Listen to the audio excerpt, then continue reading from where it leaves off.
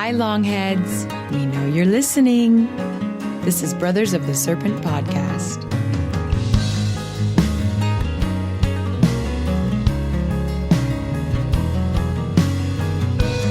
And welcome back, ladies and gentlemen, boys and girls, angels and demons and monsters and serpents, to Brothers of the Serpent podcast, coming to you not live from the 10 by 10 by 10 tangent cube of science, nestled amongst the dusty bones of an ancient seabed high atop the Edwards Plateau. This is episode 60, 666666666.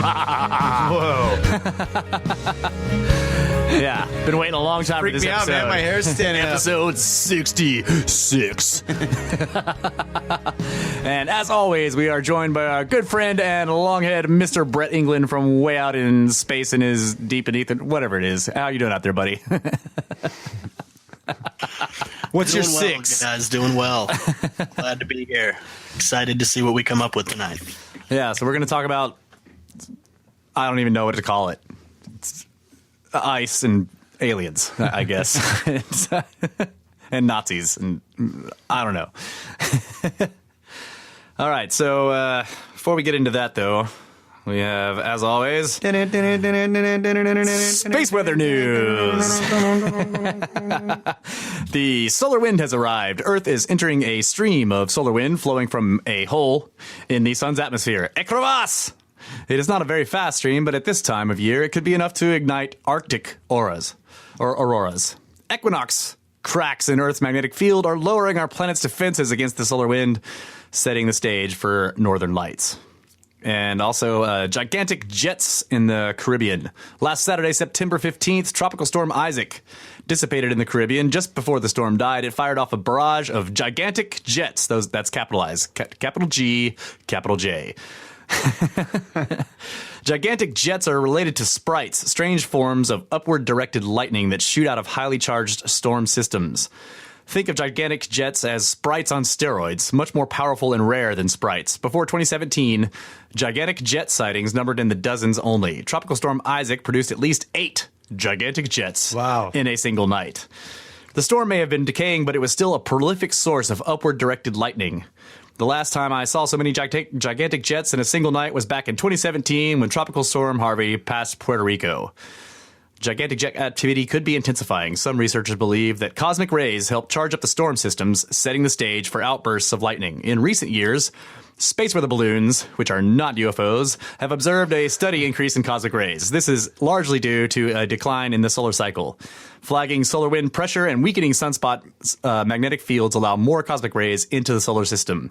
This trend, which is expected to continue for years to come, could add up to even more gigantic jets in the future. Stay tuned.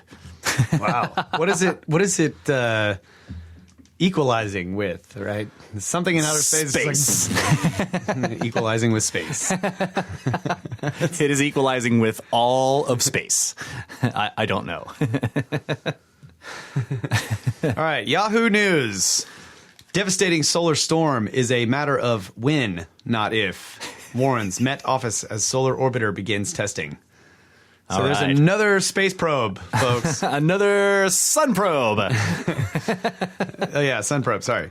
A devastating solar storm which could wipe out communications on Earth and fry power grids is a matter of when, not if. The head of Met Office's Space Weather Monitoring Center has warned, as we already told you in the headline. Extreme space weather has already caused widespread disruption, with a geomagnetic storm leaving 6 million people without power in 1989, while Apollo astronauts narrowly missed being exposed to deadly radiation in 1972 and solar flares in 2003, forced the crew of the International Space Station to take cover. You know, all those Van Allen belt people are like, The largest solar storm ever recorded, the Carrington event in 1859, knocked out telegraph systems and even set fire to paper in offices. To help forecast such devastating phenomena, the European Space Agency is launching the Solar Orbiter probe in 2020 to monitor the sun. And yesterday, unveiling the spacecraft at Airbus ahead of a year of testing in Germany. And they got a picture of it here.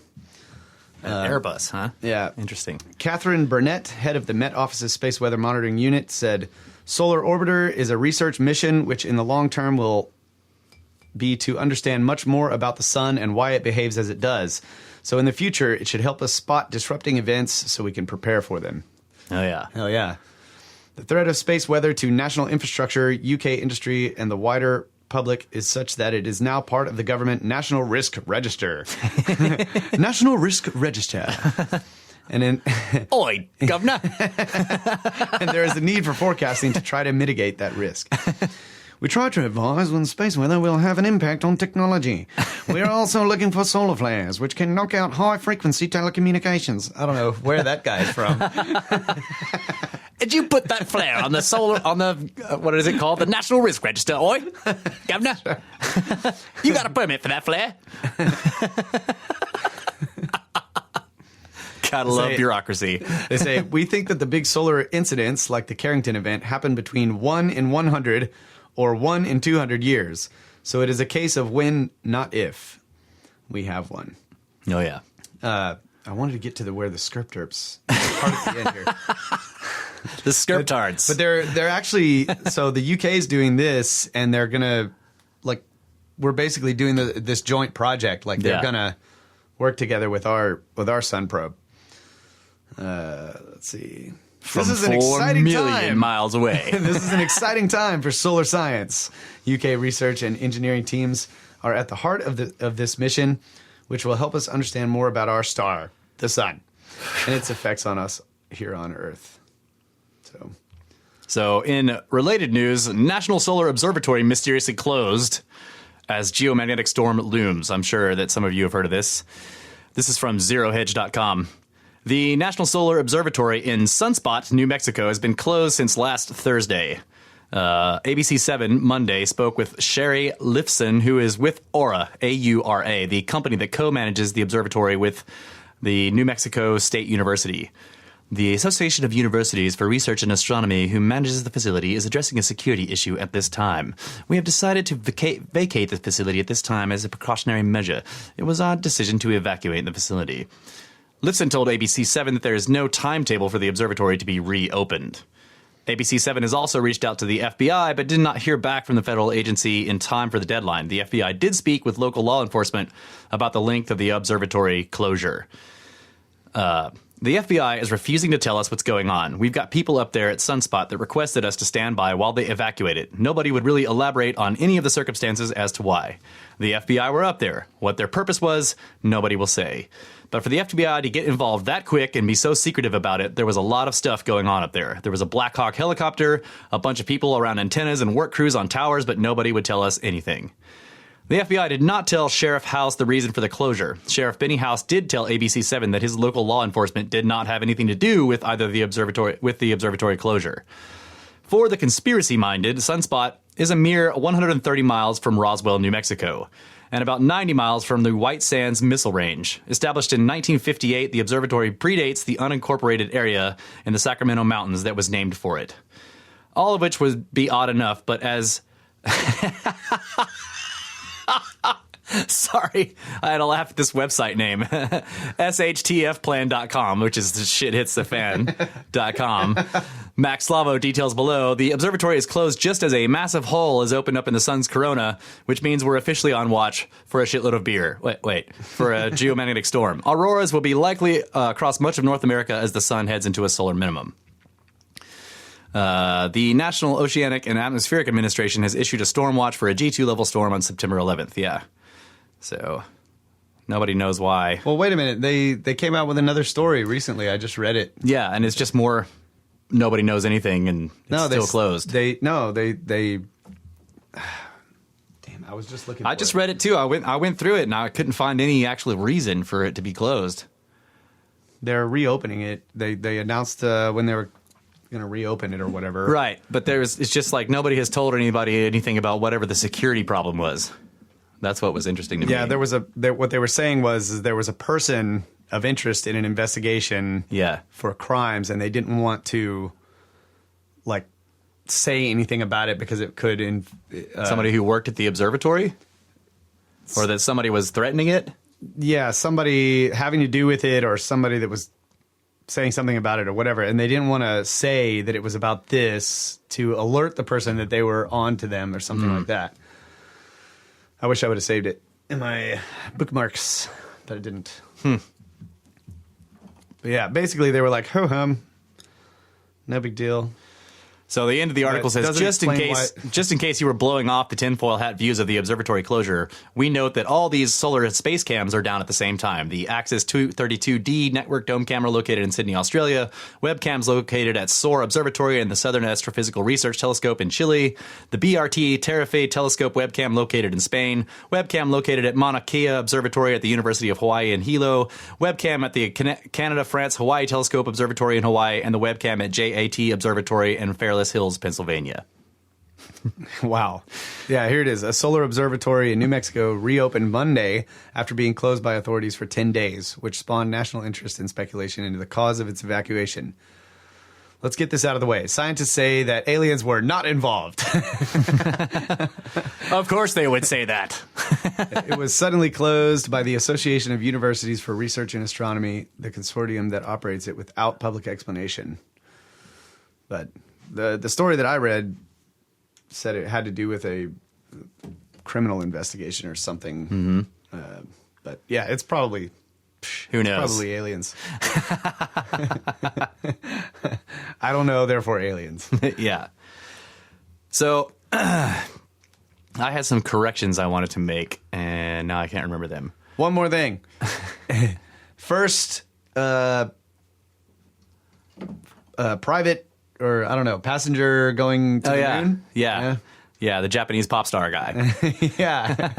He's paying, like, how much is he paying? I can't remember. I don't know. It's a lot. He's going to take a bunch of people with him. Oh, really? Yeah. He's taking like 7 or 8 artists, and he's going to pay for all of them, so it's going to be a lot of money. But that's cool. They're supposedly going in 2024. Something like that, yeah. Elon Musk has got the something. The BFR? Yeah. Big Falcon rocket. Sure. That's what that means. Yeah. I played Quake. The BFG was not the Big Falcon gun.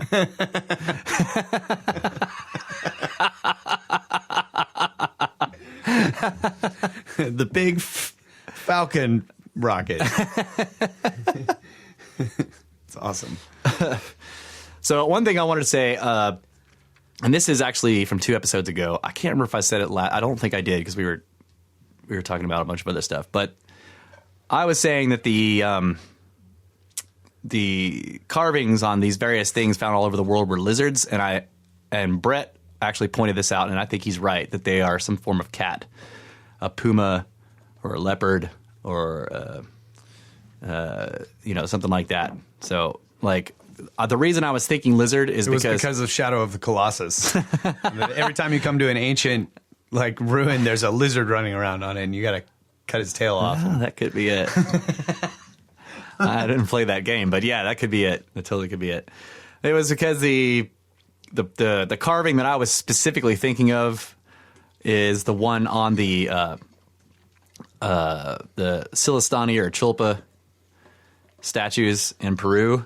And that one is flat. So when you look at that one, and you can go back to episode 64, I think, and see these pictures, that one's flat.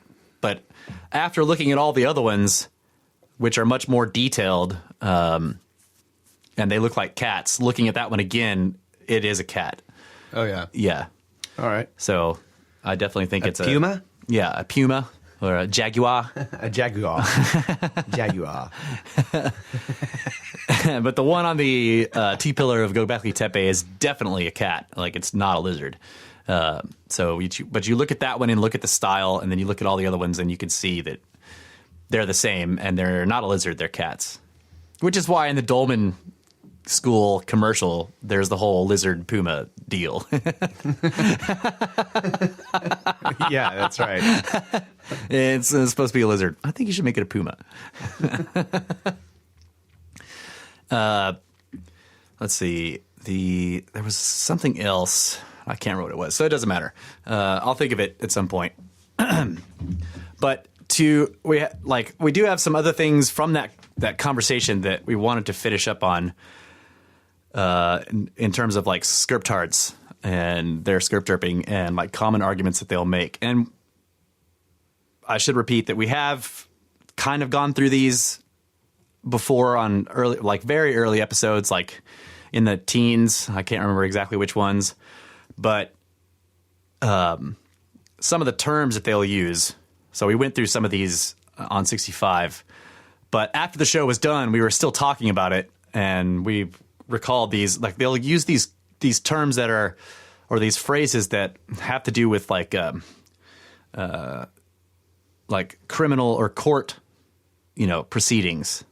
Like, the person bringing the evidence has the burden of proof, right? That's right. And if you're like, so they'll say like, well, the burden of proof is on you, and that is not true in science. Like that is a fantastic and revolutionary political idea and criminal law theory idea, like that like the burden of proof is on the prosecution or the state or the accuser.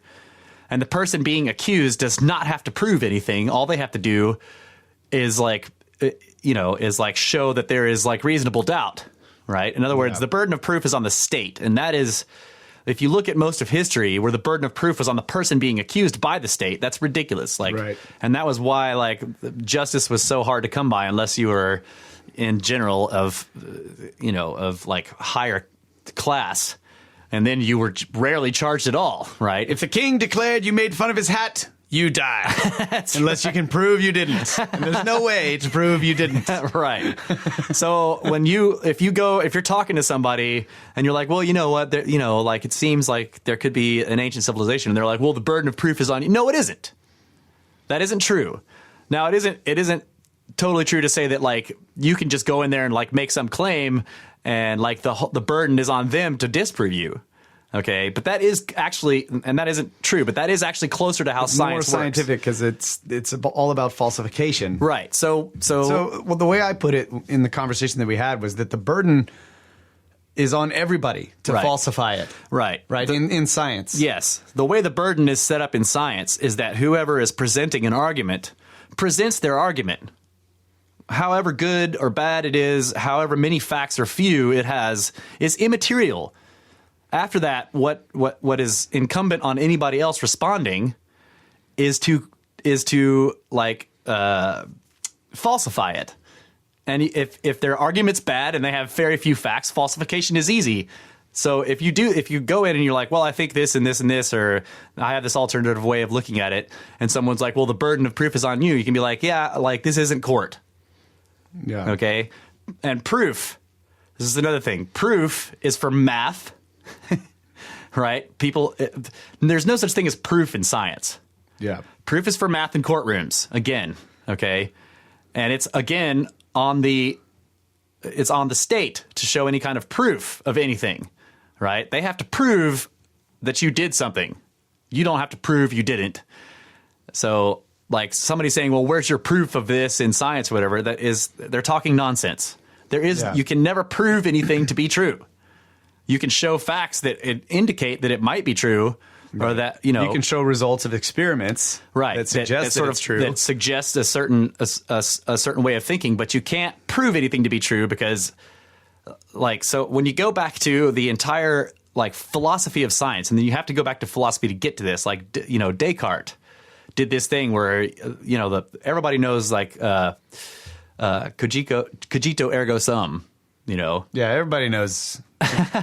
Who is that?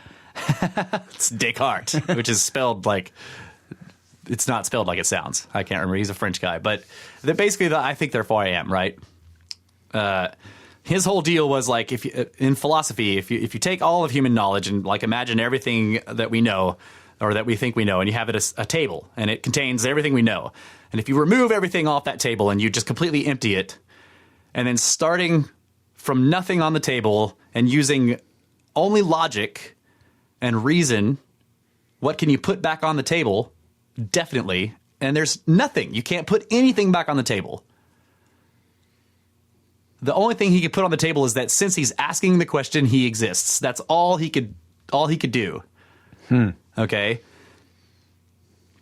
Yeah, so here we go. René Descartes was a French philosopher, mathematician, and scientist, a native of the Kingdom of France. He spent about 20 years of his life in the Dutch Republic after serving for a while in the Dutch States Army of Maurice of Nassau, Prince of Orange, and the stats holder of the United Provinces Wikipedia. I didn't know Wikipedia had provinces. So, Descartes was a philosopher and mathematician and scientist, but he was, this is the beginning of the scientific thought, or of what we think of as scientific thought, like royal philosophy. And they built this idea of falsification. In other words, that the best way to investigate the universe and the way things work is to use observation, and then you build up a set of facts, you come up with hypotheses, and then you try to break those hypotheses in order to get closer to the truth. But you can't actually say something is true for sure. You can observe something and say, well, while I was observing this thing or doing this experiment, X or Y happened. But you can't say that is therefore what always happens, because it isn't. Right. Somebody else can repeat the experiment. Or you could come up with a theory that is therefore what always happens. Right. And then somebody else can falsify it by doing their own experiments and saying, oh, sometimes this happens. Exactly. But you can't say, again, that only these two things happen. Right. It could be a theory. Yes, exactly. And the proper way to present a hypothesis, one of the things that the Comet research group has done, and they do this, you put out a paper, and a proper scientific paper that is proposing a new theory will at the end give falsifications. If anyone finds this data, or this in experiment, then our idea is wrong. Right. That is so you give falsifications. Even Darwin did this when he presented his hypothesis or theory of evolution. He presented several things that he said, if these things are found to be true, and they have been, then this idea is not correct. Okay. Yeah. So that's the way to do science. So if somebody says, oh yeah, the burden of proof is on you because you're bringing this idea, that's false. The burden of proof doesn't exist. That's a court term. What happens is you show up with a new idea, and it's incumbent on everyone else to look at the idea and then reasonably falsify it or not, right? Do experiments, check if you put it forward and you say, here are three things that if are found to be true, that makes this whole idea wrong, then other people are to check those things, to try to see if they can see if those things happen or not. Okay. I was listening to that Joe Rogan podcast with the skeptics and Graham Hancock and what Michael Shermer. Michael Shermer was saying to Graham, he's like, well, there's so many of these alternative theories that scientists don't have time. We don't have time to consider all of your theories. Well, you expect us to we have to go deal with yours and all this kind of stuff, right? Yeah. Right. We don't have time to look at all your theories, so we just assume that they're wrong. I was just thinking that's their way around. They're not saying exactly. Yeah. Exactly. Oh, well, we don't have time to look at your theories because they're a dime a dozen. There's all right. What he was actually saying was that actual scientists don't have time to look at all of your crap because it's crap. Yeah. And so here we are as professional skeptics, and it's our job to kind of wade through all of your crap. But even we don't have enough time to wade through all of your crap, so we just go after the big names like Graham Hancock. Yeah. It was ridiculous, and they do say that. They say the reason why, because people are like, well, how come, what's wrong with this idea, and how come scientists don't look at this? And skeptics will say, well, they don't have time. They're busy doing real science. So this is the point. This is the reason why we're talking about this. Real science, actually, it's incumbent on scientists to not think they know everything, right? You can't actually do science if you think you know something to be true and you're totally just discounting whatever because it doesn't agree with what you think you already know. That isn't scientific. So, burden of proof, not a real science term. Don't let somebody trick you with that. The next one that we talked about after the show last week was extraordinary claims require extraordinary evidence. Yeah. Right? And you had a bunch of comments on that. Yeah, well, that presumes that what is the definition of extraordinary? Right? That they own it? Yeah, exactly. So if you believe a certain theory, then anything outside that is extraordinary to you. But who gets to define that term, right? Right, exactly. So that is already disingenuous. Right. Basically. Exactly. If the idea of Well, not only that, but it's already false. It Yeah. doesn't even require the nature of the evidence doesn't have to be extraordinary. Right. That's right. You know what I'm saying? Like Yeah. it's just total bullshit. It's Yes. just one of those. The addition of the word extraordinary is what makes it bullshit. Yeah. Like, you could say, well, claims require evidence. That's true. Right. You know, I mean, like, if you make a claim, you should probably have some evidence for it, at least a little bit, or else it's just a claim. Right. You know, what they're actually trying to say is that any claim you make requires some evidence. Well, they're not trying to say this, but what you should say is, like, a claim should require some evidence for somebody to, like, with a reasonable mind to, like, start to look at it. If I just go out and make a baseless claim, I'm free to do that, but no one has to believe me if I don't have any evidence, right? Now, if I make a claim and then I put some evidence into it, they can't claim that my claim is extraordinary and that my evidence is not, and therefore they don't have to look at it. Right. Because so they again, basically get to define the term extraordinary for your claim and also for your evidence. Right. And that is their argument to say you're wrong. Right. Like, your claim is extraordinary, your evidence is not. Therefore, right. It's just total bullshit. Yeah. It's complete So trash. Someone says extraordinary claims require extraordinary evidence. That is a complete. That is just. People who usually people who say it don't know that they're saying something disingenuous. They don't realize that. So, you know, knock them down gently, unless you know that they're a professional scriptard. I'm usually just like, look, man, like, what's extraordinary? Yeah. You know, in my opinion, what I'm saying isn't extraordinary. And, like, you can't put extraordinary in science because it isn't. It's a nebulous term. Yeah. And it's based on, like, subjectivity, which is the antithesis of science. Science is supposed to be objective. There is no such thing as extraordinary in an objective sense. Yeah. And it also kind of goes back to something I was saying in episode 65 about, like, our tiny little lives on this little bitty tiny planet in this little tiny period, you know, of this universe that the standard model says is 14 billion years old and is enormous. So, like, who is the, like, arbiter of extraordinary? Yeah. Brett's pointing out heliocentricity used to be extraordinary in a geocentric model. Right. Yeah. But Clearly, everything goes around us. Right. Give me some actual evidence that that's not happening. Right. The totally ordinary evidence that was provided was that we're actually going around the sun. Right. And that we're spinning. We are a ball that's spinning. That isn't extraordinary evidence, but your claim is extraordinary because you look at the sky and it's clear that everything's going around us. Yeah, so don't let those those are pretty common. I see those all the time. Like, don't let people use courtroom terms on you when you're discussing some kind of scientific or any kind of idea. Just don't let them do it. You know, just be like, bro, we're not in court, or I'm not a mathematician. I don't have to prove to you that the Pythagoras theorem is working. Like, proof in math is something you can do. Like, I can sit down with all these abstract symbols and shapes and prove that if you do this, that every single right triangle is going to be this way, right? That's a proof in math, and mathematicians are expected to provide proofs of that sense to show their math idea. And again, in court, proof is something that the prosecutor is supposed to show evidence, right. Proof that the defendant did this or right, did not. and it's ultimately, in that sense, something that a jury decides is proof, or that the judge decides is proof, which Right. is freaking subjective. Right. It's not even, you know, just Right. So don't let them use courtroom terms on you, because that's a big trick. Just be like, hey, bro, we're not in court. I mean, if you want to go to court, that's fine. I'll take you to court. prove me wrong, bro. I'll take you to court.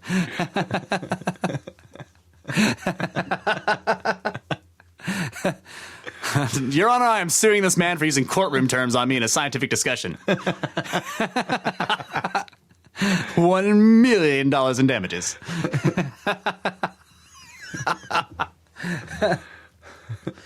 So yeah, we wanted to address those. Those are other very common tropes of scriptards.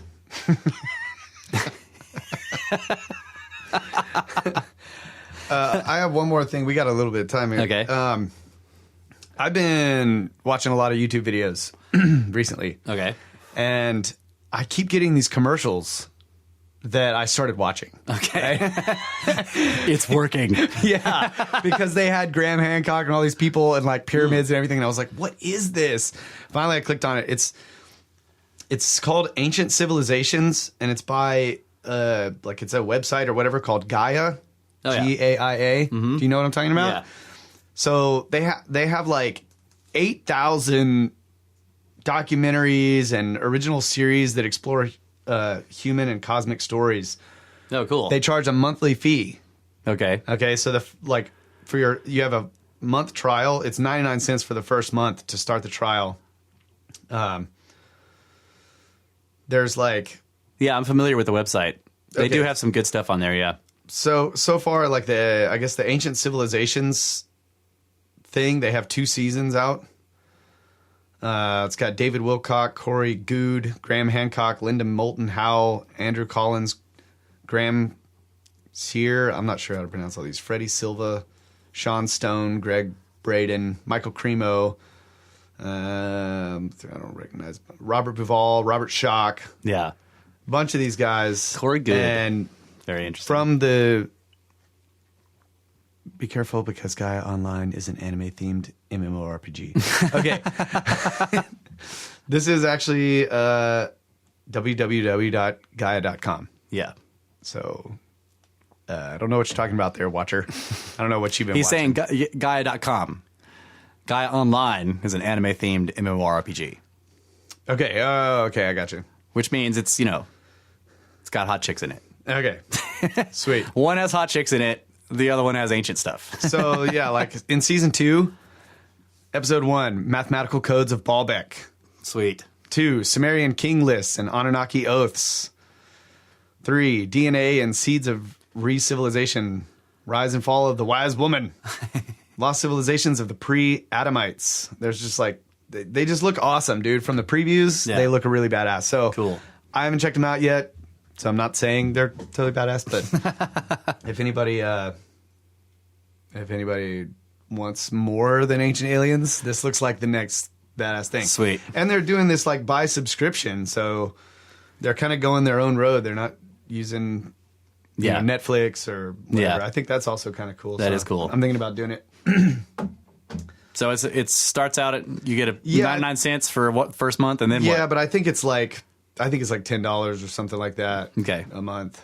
I can't remember, and I'm not seeing. I'm actually a member of the Ancient Origins members website, which they also charge for it. They have fantastic articles there, but I haven't Okay. spoken to them about. Sorry, go ahead. I haven't spoken to them about reading those articles on the podcast, which I need to do. I need to send them an email and ask if that's okay because they charge for it, and I don't want to read. You know what I mean? Yeah. Like read entire articles from their paid website onto the show for free. So I need to ask them because they have some really good stuff. So yeah, it's if you do it by the month, it's $9.95 a month. Yeah, so $10 a month. There's a 3-month plan that you can do for $20. Yeah, that's how I do it with Ancient Origins. There's an annual plan for $95. Yep. So, and then you can cancel anytime or whatever, but just look cool. So I wanted to let y'all know. Ancient pyramids All right, cool. Well, we're going to take a quick break and come back. with snakes.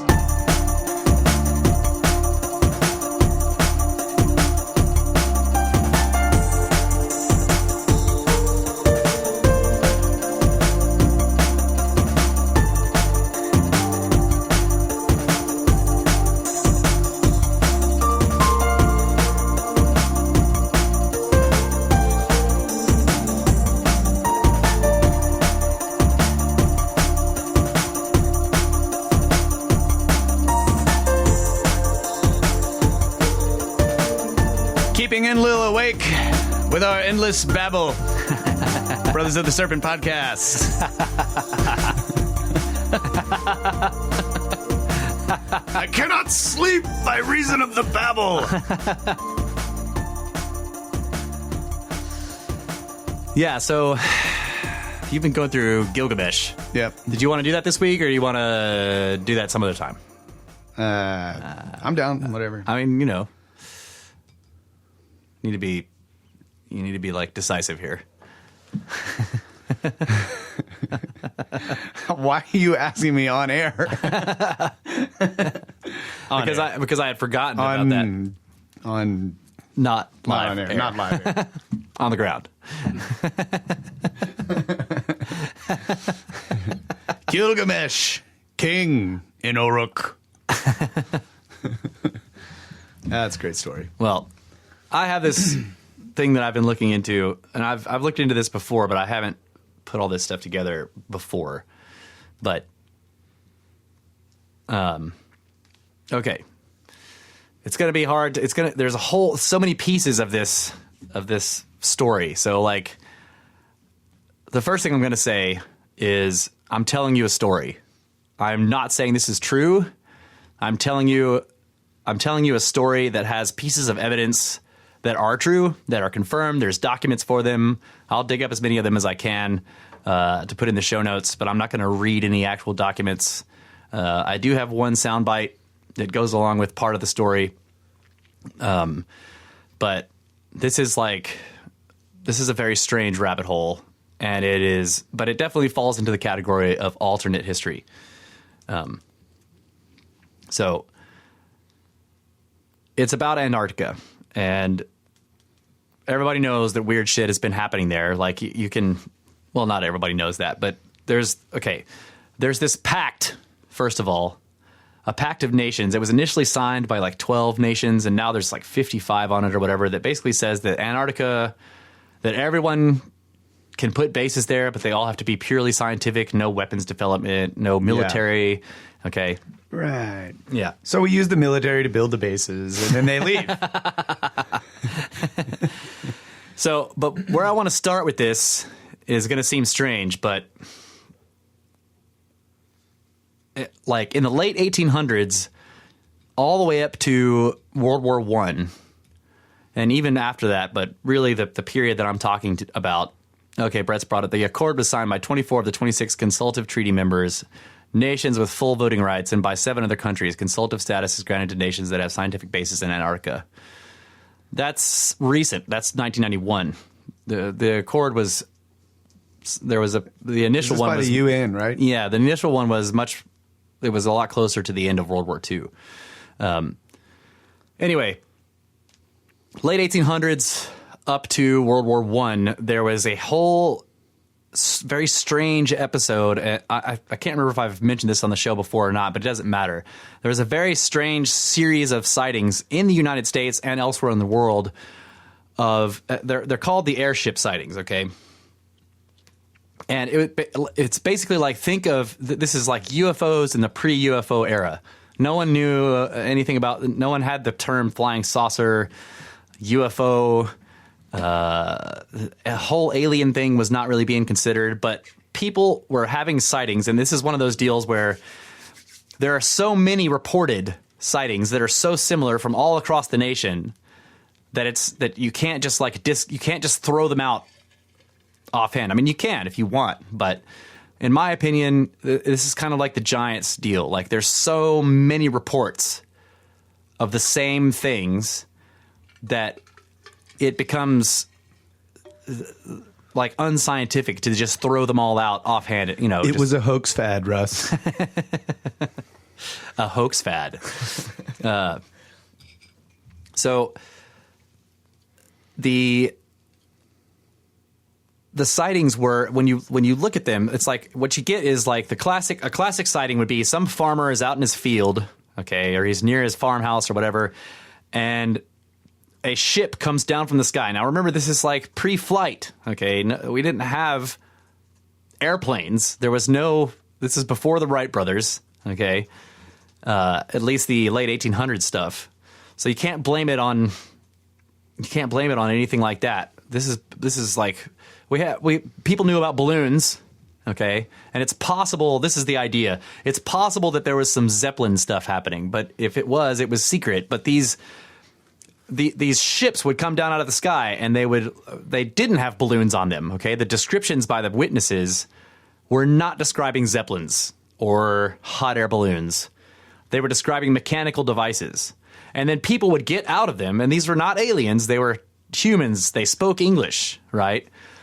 They're usually reported as being beautiful people. Like, they would come out, they would get out of the machines. They'd be tall. Like a lot of people call them the Nordics. Like the term for them now is Nordics. They were tall, blonde, blue-eyed, strong. The men were like broad-shouldered and over, like 6.5 feet tall and just chiseled features. And the females were just gorgeous and like whatever. They call them like Nordics. They were, these ice, like think of Nordic people. They were blonde-haired, blue-eyed, like light-colored skin.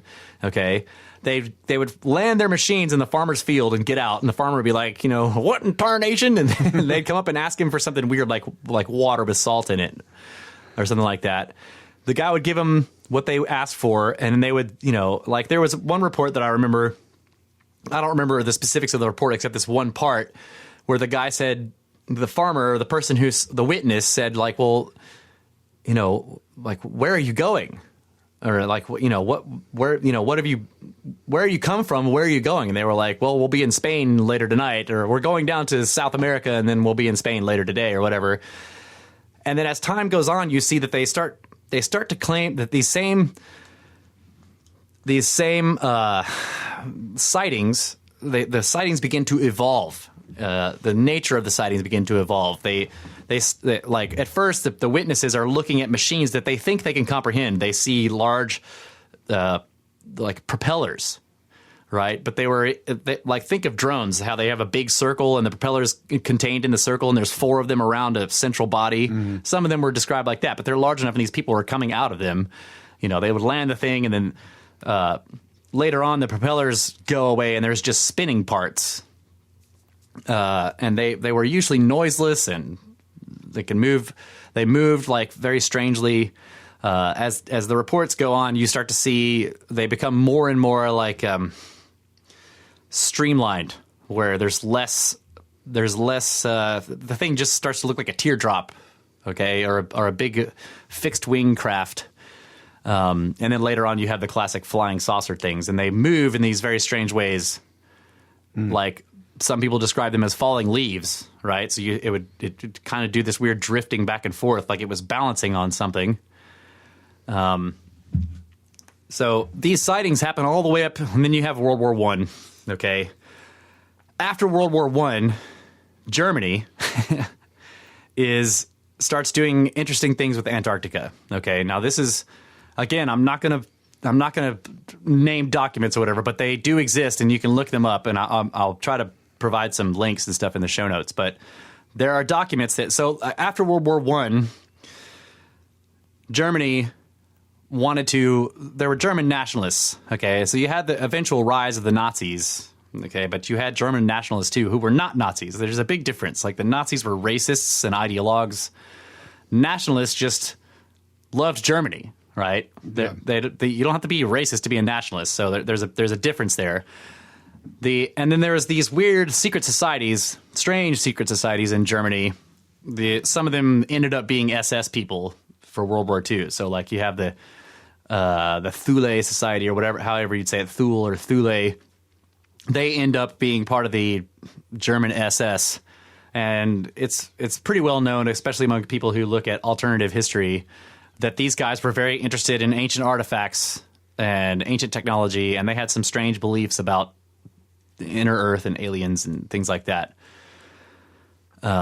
They sent an expedition to Tibet, and Tibetan monks were found in Hitler's bunker, dead, of course, because of all the bombing. So let's see where to go with this. Okay, so in between World War I and World War II, Germany wanted to get back to being a superpower, which it was before the First War. Okay, they had lost what you would consider to be their colonies, that their European, acquisitions had been taken back from them. But they thought that they needed colonies in order to be a superpower again. And it's kind of understandable. Like the whole colony thing was how the West expanded massively. Yeah. Okay. So the only place that they could put colonies was at the poles. Now, this is also something that's sort of well known in alternative circles, that there's this idea that the Nazis went to the poles and had polar bases and stuff like that. Now, I don't know about any of that, but I do know, and there's documents to support this, because of the actions that the United States took resulting from these things, is that there were people from Germany who were looking at Antarctica for colonies, not military bases, but think colonies. They wanted to establish colonies in Antarctica. Now, of course, you're like, that's freaking crazy. It's freezing there, and the only penguins live there, and they hate it, right? But what's fascinating, and this is something I'd recently found out, this was kept secret all the way up until the end of World War II, but what's fascinating is that the Germans were not trying to establish colonies on the surface of Antarctica. Okay? They already had rudimentary U-boat technology in between the wars. That's why when we started to fight, they started to like destroy our merchant shipping when we were trying to help the Europeans out during the war, and they were doing it with these boats that nobody could freaking see. Like, they already had tons of submarines, okay? So they started sending people, expeditions. First of all, they were doing flyovers of the Antarctic area and dropping German flags in various just from planes, dropping them like to claim that spot, right? And the United States got concerned that they were violating the Monroe Doctrine, which, if you don't know, the Monroe Doctrine was basically telling Europe and the rest of the world, don't colonize the West. And the West is considered to be the Americas and, you know, that part of the, like we say North and South Hemisphere, but there's also a way to divide the world East-West. Yeah. America's the middle of the West, and that goes from pole to pole. So when the Americans found out that the Germans, in between World War I and World War II, were going down to South America, to Antarctica, and dropping flags and looking at doing colonies down there, they wanted to find out, are they violating the Monroe Doctrine and settling the western, like, pie-shaped piece of Antarctica. Yeah. So they went down there and looked, and they weren't. The Germans were looking at the area of what's known as Queen Maud Land, which is not the western part of Antarctica. Yeah. So the Americans were aware of this, but decided that the Germans weren't violating anything, and they didn't do anything about it, but they were keeping an eye on them. Now, what's interesting is that the Germans, well, they're dropping flags on the surface around Queen Maud Land and stuff, but they didn't try to build anything there. What they ended up doing was sending submarines down there and mapping waterways under the ice. Yeah. Okay, so if you go and awesome. If you go and look at if you go and look at a map of Antarctica without the ice sheet, you see that it's two large land masses with a big channel going in between them, and there's a mountain range and all this kind of stuff. The Germans are basically going down there in these U-boats and finding freshwater river outlets under the ice and sailing, like running their submarines up the rivers beneath the ice sheet. Okay, so they left the ocean, yeah, and were in the riverways. And as they were going up the rivers and stuff, they started getting closer to the mountains. Now, this is something that just came out recently. Well, it's 2016, 2017 or whatever. Antarctica is now the most volcanic continent on the planet. Like, that used to be held by Africa and something else. But they found so many freaking volcanoes, and these are active volcanoes, under the ice, okay? So as they went up the rivers, they started finding these enormous caverns that had been melted from the underside by giant volcanic vents. That's freaking awesome. So they're warm in there. So, like, you have this huge freaking ice cavern, and like they would just surface their U-boat and get out, and you have all this rock, and it's dark and barren, but it isn't cold because there's a vent, and it's made this giant bubble underneath the ice. Okay, so wouldn't it be like, I mean, what would the gas be that's in there? I don't know. I guess it had enough oxygen. I mean, it's not. I'm not. I don't know the specifics, but I do know that they established like 12 different. And this is not World War II era yet. This is between World War I and World War II. They started up 12 different quote unquote colonies down there, and this was not really addressed in World War II. Like, World War II was like everybody versus the Nazis and Japan.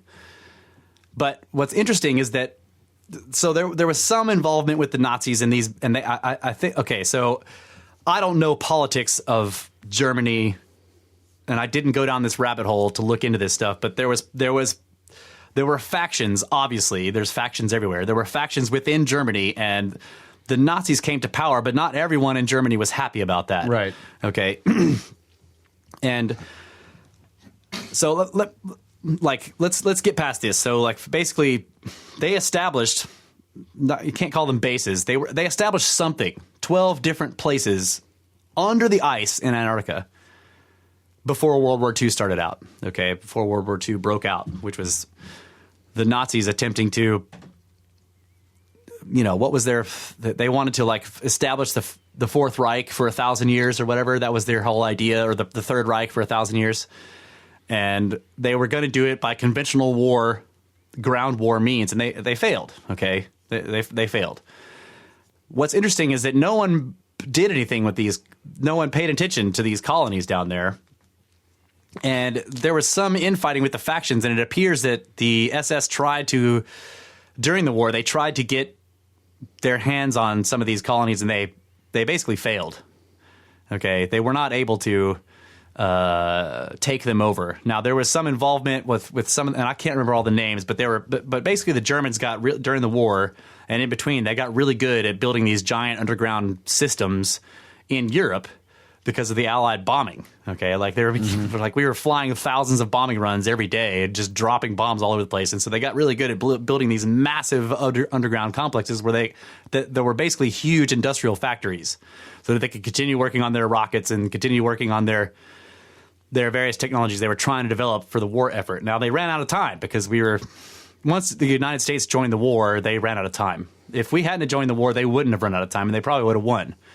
But what's interesting is they made so that the Germans, and I don't want to give a huge history lesson here on this war because World War II is well known, but like the Messerschmitt jet planes, if they would have focused on those, we would have lost.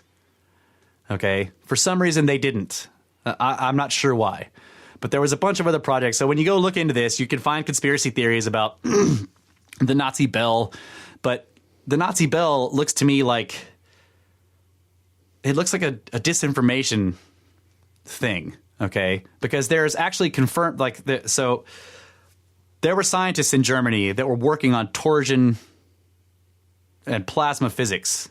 And there's something there, and like I was going to ask Kyle about this, but there's something there about spinning plasma very quickly that results in like electrogravitics, okay? So this is like things that will float. And there's actually, I'll try to find this. There's a video clip of there's a prototype aircraft that they called the Hanabu or Hannibal. I don't know exactly. I can't remember what it is. Hanabu or whatever. The Hanabu 1. And there's a video, short, black and white, very old video or whatever. The thing like picks up off the ground, drifts over, and then lands. And it's like a old school video. And like they were doing these. Like building these prototypes or whatever, but they were not able to. It was a brand new science. It's completely brand new. So they weren't able to get them. People are like, well, if they were building UFOs, how come they didn't win the war? They're like, well, they didn't have time. But what's interesting is that no one was paying attention to Antarctica. And here's the other interesting point. Near the end of World War II, Hanabu 1, there it is.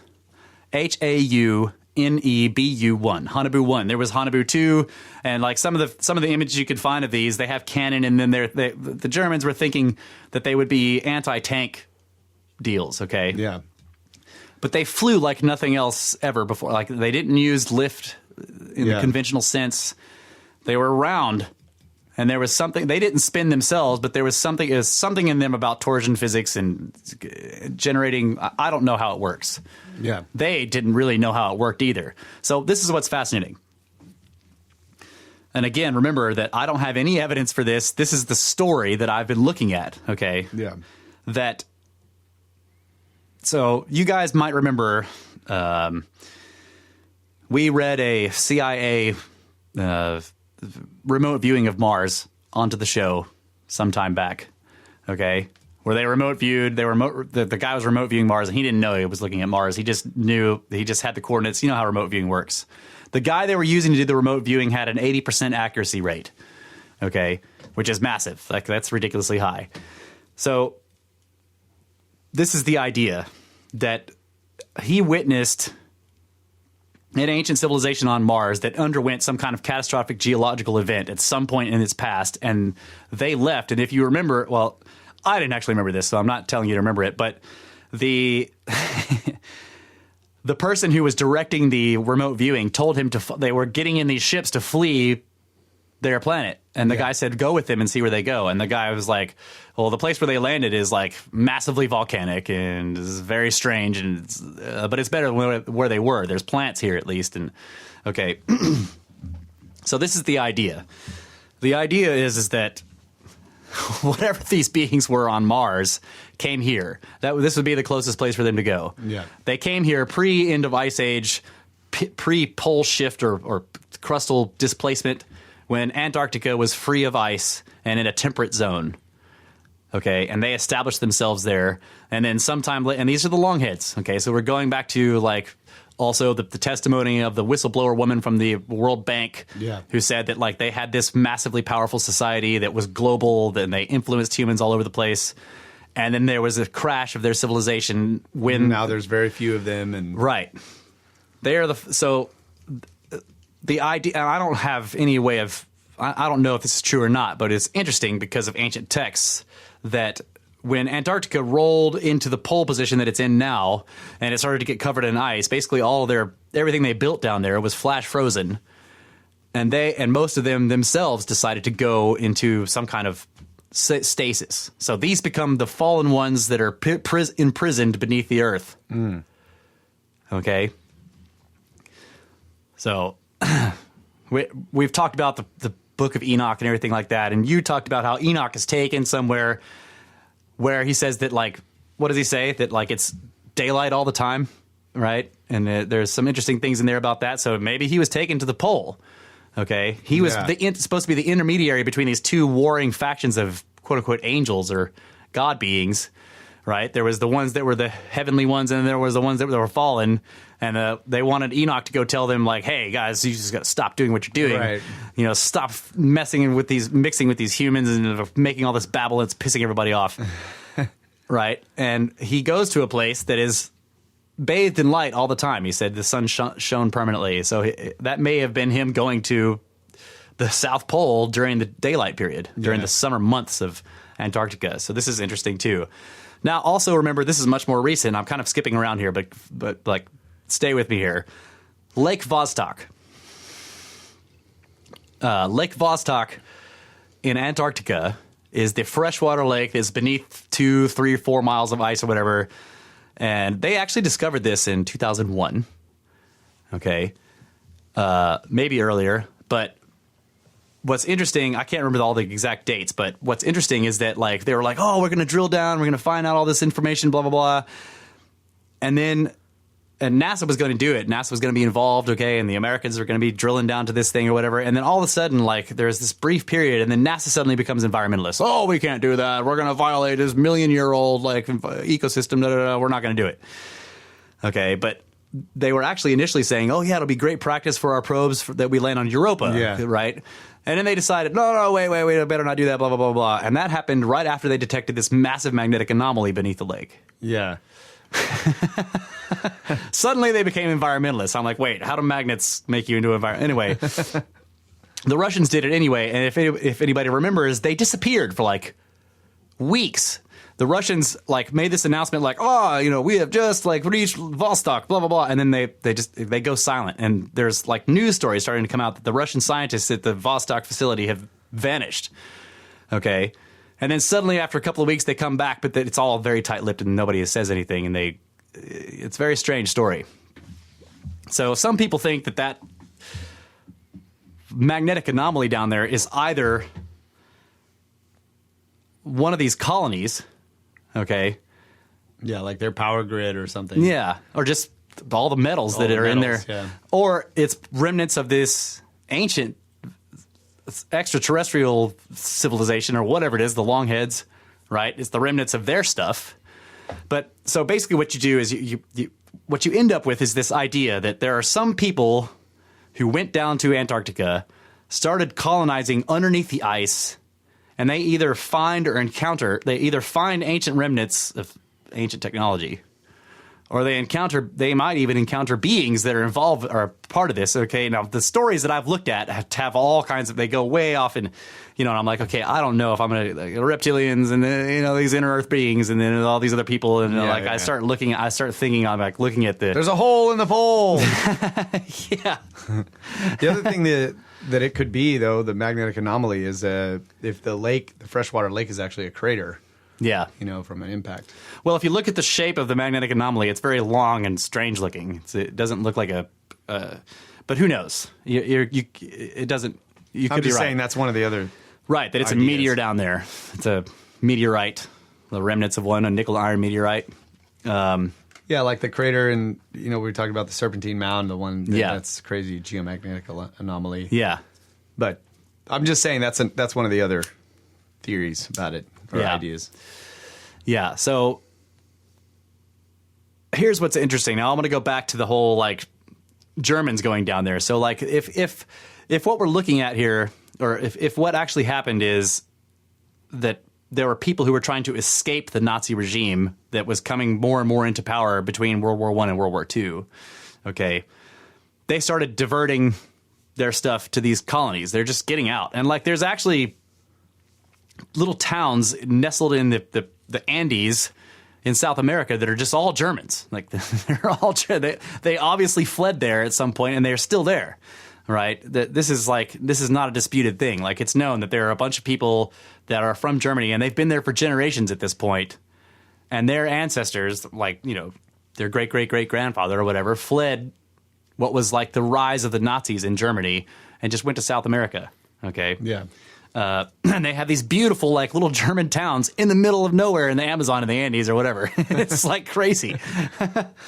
There's actually somebody that we know that's closely connected to us, that we're kind of friends with their family, who flies a private plane down there, and he has seen these places. He's landed people at the little runway strips they have in these little towns, and he's like, dude, it's like landing in a little German town in the middle of South America. It's crazy. So now I want to talk about Admiral Byrd. Okay.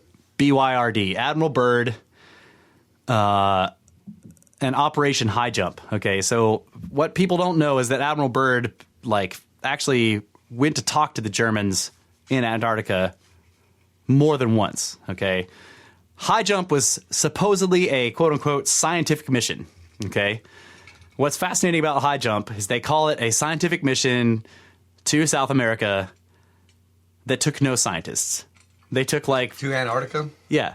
I'm sorry, just to Antarctica. They went down there with an entire the Navy fleet, something like 3,000 Marines, a whole bunch of Navy guys, and no scientists. Army Corps of Engineers? What's also interesting is that Admiral Byrd, he went on some of the reconnaissance flights. His plane disappeared for 3 hours during one of the flights. And everybody, they thought they'd lost him, that his plane had crashed or whatever. And then he just comes back. The plane just comes back out of nowhere, and he lands. And after that, he is quoted as saying that if there's another war, so this is post-World War II, remember, Operation High Jump was after World War II. They went down there, and it's pretty clear that they were going down there to try to talk to these other German nationalists that were down there in these colonies that no one had paid attention to during the war, because at this point, the United States is trying to make deals, right? We're worried about communist Russia. Okay, that's a huge threat. We've defeated the Nazis, and now we're trying to fix everything and work with these people. We got Operation Paperclip happening, which because the Russians are snatching up all these German scientists, we're we got to get them too, even if they're Nazis. So you end up seeing this whole the lesser of two evils. We know Russians are snatching up these brilliant Nazi scientists, some of whom committed or would have been the Nuremberg trials would have been convicted of war crimes. Yeah. But we had to have them too, so we start snatching them up too. So you end up with these Nazis in these high positions of power, and Werner von Braun was a Nazi. Okay, yeah. There's a couple other ones I can't remember their names, but they ended up getting a fast track to high positions of power in the space race, because we needed the rocket technology. At this point, the Russians were ahead of us, right? So we were I don't know. Like, I look at this and I'm like, I see people upset that the paperclip was bringing Nazis into the United States and then sort of hiding their crimes and sort of putting them into society and then whitewashing their records and giving them, like, Wernher von Braun was a hero, painted as this, like, all-American, you know, like, used to be German guy, but all-American hero that's building us rockets, right? He was totally a Nazi, had the Iron Cross and everything. Like, I don't know the man. I don't know anything about him, but the point is that this was a whole, you can see the calculation of, like, well, we can't let the Russians take space. Yeah. You know? So, like, people had to make choices where you have a bad choice and a worse choice. Yeah. Like, you can see this happening. So we're making deals and everything like that. The Americans are making deals, and, like, at some point somebody remembers that there's all these colonies, or maybe what they're doing is they're trying to find, like, there's all this effort to find stuff. So, like, you know, Germany has been leveled by bombing. Everything, like, there's just, all you see is rubble and churches, right? There's churches and rubble. Because somehow the Allied bombing runs managed to miss all the churches, which is strange. I mean, they were trying to miss them, probably, but it's still interesting. When you look at the pictures, it's just like church, rubble, rubble, rubble, church. You're like, how did they do that? Anyway, so people are going through records of you know, and looking for things, and it, like, there's thousands of technicians that were never found, have still never been found. People are like, well, they died in the bombing runs and blah, blah, blah, blah. 57 U-boats never found. Like, billions, estimated billions, maybe even trillions of dollars in industrial, like, industrial equipment, like, rare, like, art and gold and artifacts and things that they had taken from Europe. Like, they went through Europe and just looted everything, and most of that shit has never been found. So what's interesting is that during the war, there was, like, it was against the law for anybody to move any kind of capital, speaking of, like, in terms of money or, you know, property, to move capital for, like, so big companies like, you know, like Iberfagen, whatever, these German companies, Messerschmitt, that are building stuff, right? It was against the law, punishable by death, for them to move any kind of resources out of Germany, because it was all supposed to go towards the war effort. Well, about a year before the quote unquote end of the war, when people kind of could see the direction that it was going, and that the Nazi effort to like win the war by a conventional ground war and everything like that was going to fail, some of these companies and people, like German nobles and some of these companies or whatever, started to get, like, what admits to an executive order waiving them from this law. And they started moving resources out of the country en masse. Okay, and no one's ever found where that shit went. So another thing I got to mention is, that's interesting, and this is just briefly, that American companies were working with these German companies a lot of times. And when World War II began, so there was the like, doing business with the enemy. There was an act against this. Like, United States Congress passed this thing, like, you can't do business with the enemy's companies. All right, this is bullshit.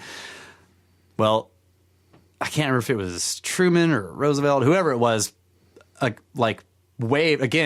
passed waivers by executive order for certain American companies to continue to work with the German ones. Now, a lot of people look at that and they're like, oh my God, this is evidence. This is all about money, blah, blah, blah. But it's like, it's also easy to see that, like, if these American companies are already working with the German companies and then the war starts, well, this is a good like, source of intelligence. Yeah. Keep those American companies working with the German companies so that you can kind of figure out what they're doing, so that these, you know, so you end up having spies that are just engineer techs that are going back and forth.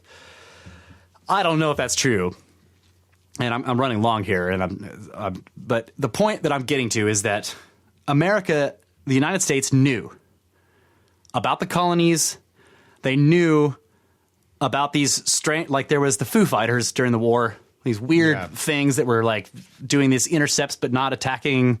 Okay, anyway, and then you put that together with these Nordics, alien Nordics, these blonde-haired, blue-eyed people that are flying weird machines. and that the secret societies in Germany were working on these machines, and these companies that disappeared with all of their resources were also working on these things, and that nobody paid attention to and still has yet to look at the colonies that we know were established in Antarctica beneath the ice sheet. Okay, so we're going to take a break. We'll come back, and I'll try to tie this together better into one long circular snake.